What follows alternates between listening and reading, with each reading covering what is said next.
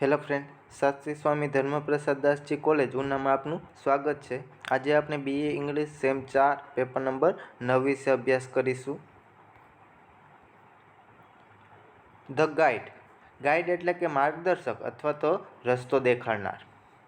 ध guide is considered as one of the most beautiful novel written by R K. Narayan.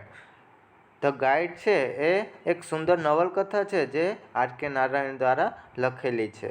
ध whole novel is based on the reality और realism. आखी नवलकथा है ए हकीकत अथवा तो वास्तववाद पर आधारित है। The chief character of the novel is Raju. आ नवलकथा में जो मुख्य पात्र होय तो ते एक राजूनु है। Who is protagonist? प्रोटेगोनिस्ट एटले के नायक। Who is protagonist or the hero of the novel अथवा तो जे नवलकथानो हीरो। So far as his family background is concern, एना परिवारनु जे बैकग्राउंड है एने आ नवलकथा है ए संबंधित है। He is bought up in such a family where his father is running a small type of grain shop or the provisional store. एनो उछेर एवा परिवार में थयो हतो के ज्यां तेना पिता छे ए एक नानी अनाजनी दुकान चलावता हता अथवा तो एक काम चलाव दुकान चलावता हता। The economical condition of the family is so rough. तेनी आर्थिक परिस्थिति छे तेना परिवारनी आर्थिक परिस्थिति छे बहु खराब हती एंड टफ एने मुश्केल पण हती। That is becomes very much difficult for his father to meet both the ends. अने एने परिवारनी परिस्थिति बहु खराब हती जे अंतमां ए बहु मुश्केलीनो सामनो करे छे अथवा तो मुश्केली भोगवे छे अंते। So all the readers can naturally understand that Raju's father could not provide the excellent education to his son. તેથી આપણે એટલે કે વાચકો સમજી શકીએ કે રાજુના પિતાની પરિસ્થિતિ બહુ ખરાબ હતી, એના કારણે એના પિતા સારામાં સારી એને શિક્ષણ પૂરું પાડી શકતા, એને સારું શિક્ષણ પૂરું પાડી શકતા ન હતા. Raju specially the education given by the famous missionary school can give. રાજુને ખાસ પ્રકારનું શિક્ષણ એક फेमस एटले के प्रख्यात मिशनरी एटले के एक सेवावाड़ी संस्था द्वारा आपवामां आव्युं हतुं। So childhood of Raju is not well develop by his parents. राजूनुं बाळपण छे ए बहु सारी रीते एना पिता द्वारा उछेर करवामां आव्यो न हतो। Due to the some family and economical condition, एने परिवारनी परिस्थिति आर्थिक परिस्थिति बहु खराब होवाना कारणे तेनो उछेर बहु सारी रीते थयो न हतो।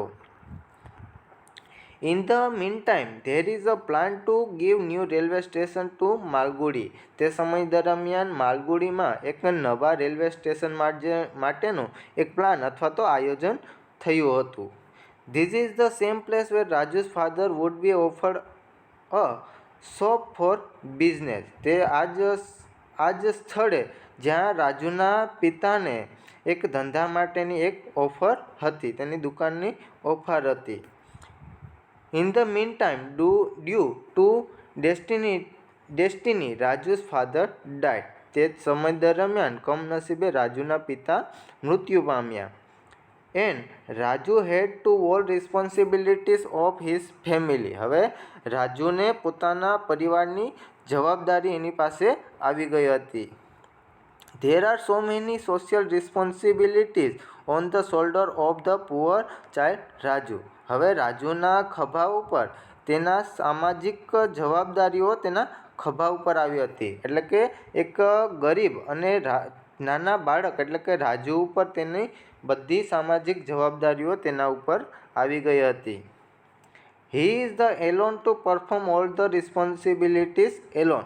हवे ते एकलो पोतानी बधी जवाबदारीओ एने एकलाने संभाळवानी हती। In the same time Raju experience as railway guide as the experience is the teacher. हवे राजू ने एज समय दरमियान एक रेलवे गाइड तरीके एने बहोळो अनुभव थयो। एक ઇઝ ધ બેસ્ટ ટીચર. એક શિક્ષક તરીકે એટલે કે શીખવાડવા તરીકે એને બહોળો અનુભવ થયો. So the poor Raju become the master in the profession in guiding tourist in excellent way. હવે રાજુ ધીમે ધીમે કરતો જે પ્રવાસીઓ આવતા હતા એને માર્ગદર્શન આપવામાં અથવા તો રસ્તો દેખાડવાનો વ્યવસાયમાં એ એક સારી રીતે માસ્ટર બની ગયો હતો. એઝ ધ ટાઈમ પાસ, ધીમે ધીમે સમય પસાર થતો ગયો. He came in the contact a married couple Rosie and Marco at the railway station. ધીમે ધીમે સમય પસાર થતો ગયો અને એ એક લગ્ન થયેલ એક કપલ એટલે કે એક જોડીના કોન્ટેક્ટમાં આવ્યો જેનું નામ રોઝી અને માર્કો હતો, જે રેલવે સ્ટેશને મળ્યા. This new wedded couple have come in Malgudi to wonder and enjoy as the tourist. તે કપલ છે, તે જોડી છે, નવા લગ્ન થયેલ જોડી છે, તે માલગુડીમાં ફરતા હતા અને એક એ ત્યાં પ્રવાસી તરીકે એક મજા કરી રહ્યા હતા. As the Malgudi is the nice tourist point. Malgudi છે એક સુંદર પ્રવાસી માટેનું એક સ્થળ હતું.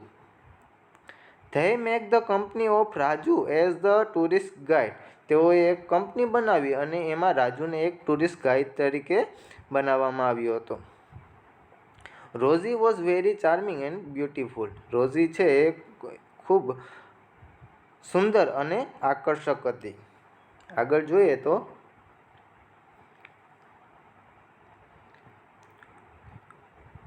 who is needed of a poisonous cobra snake because her profession was related to perform snake dance. હવે તેણીને એટલે કે રોઝીને એક ઝેરી સાપ જોતો હતો. Because her profession was related to perform snake dance. કેમ કે તેનો જે પરફોર્મન્સ કરવાનું હતું એટલે કે તેનો જે વ્યવસાય હતો એ એક સ્નેક ડાન્સને લગતો હતો.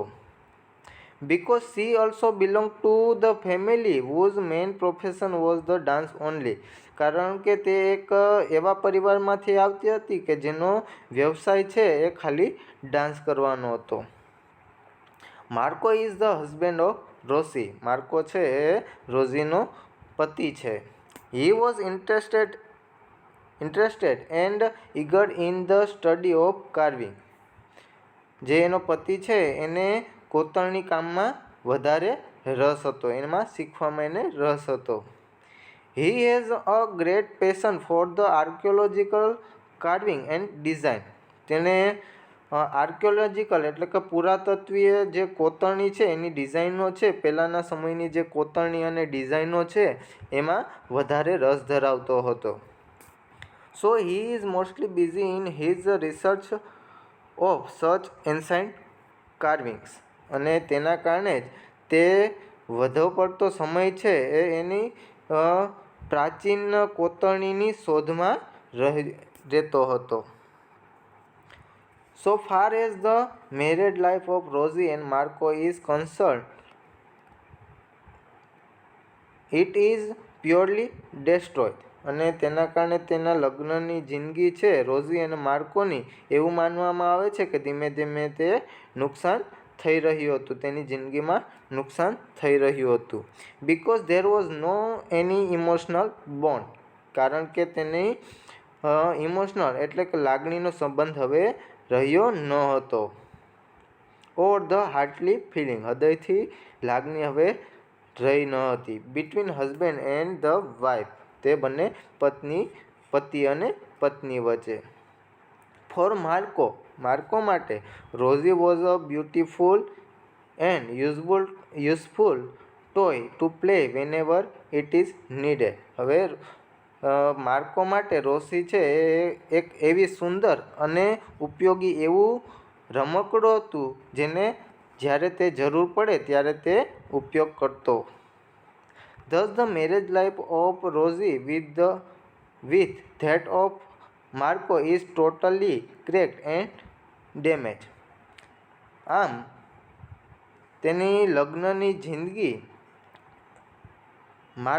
રોઝીની જિંદગી છે એ માર્કો સાથેની એ ધીમે ધીમે એમાં તિરાડ આવી ગઈ અને એમાં ડેમેજ થઈ ગયું.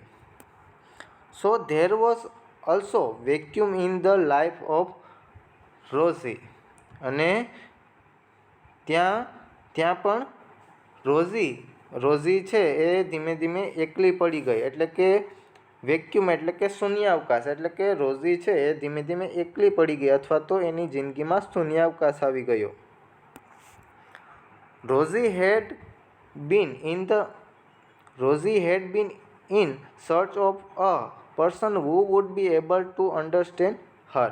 હવે રોઝી એક એવા વ્યક્તિની શોધમાં હતી જે એની સમજી શકે, એન્ડ હર ફિલિંગ, તેની લાગણીને સમજી શકે, હર આર્ટ એટલે કે એની કલાને સમજી શકે, હર હાર્ટ ફૂલ ઓફ લવ, તેના હૃદયના પ્રેમને સમજી શકે.